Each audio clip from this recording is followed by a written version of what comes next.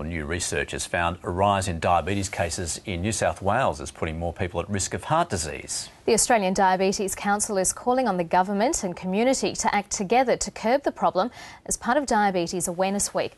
Nicola Stokes is the CEO of the Australian Diabetes Council and she joins us now from Sydney. Good morning, thanks for your time. Now, heart disease is Australia's #1 killer. How worrying is it that there's now this link between the two? Good morning, Karina. The research that the Australian Diabetes Council is launching today as part of Diabetes Awareness Week shows the direct relationship between diabetes and heart disease.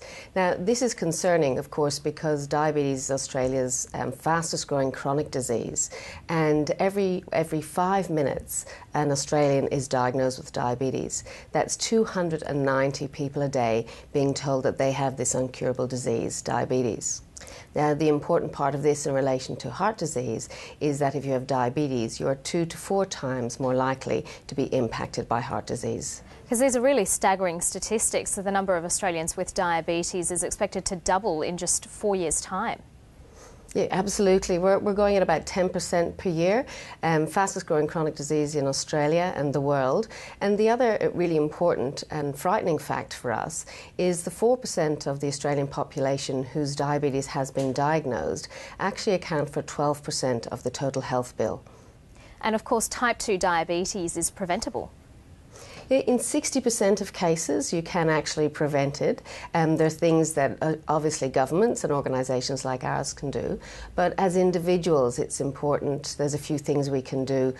Lose some weight, look at the type of food that we're eating. Where are we getting our protein from? Maybe from fish is a better option than some of our highly processed foods.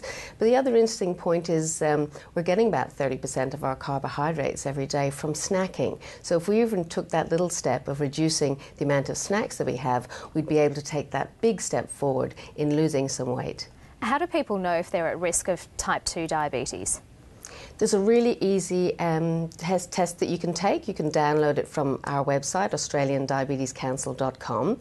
It's called the AusD Risk Tool. You answer about 12 questions, and if you're in a certain point range, it shows that you're at risk. Then take that along to your GP and have your blood glucose levels checked. Then you'll be able to see how at risk you actually are and what you can do in relation to food and exercise now rather than develop diabetes later.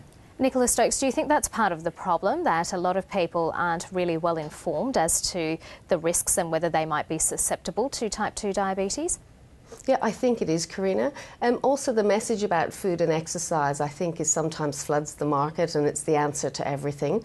But I think the important thing is to understand your own risk factors that can't be changed. For example, your age, your ethnic background. And go and see your GP and have a conversation with them around those risk factors. Then you know what steps you need to take so you can make a positive difference in your own life.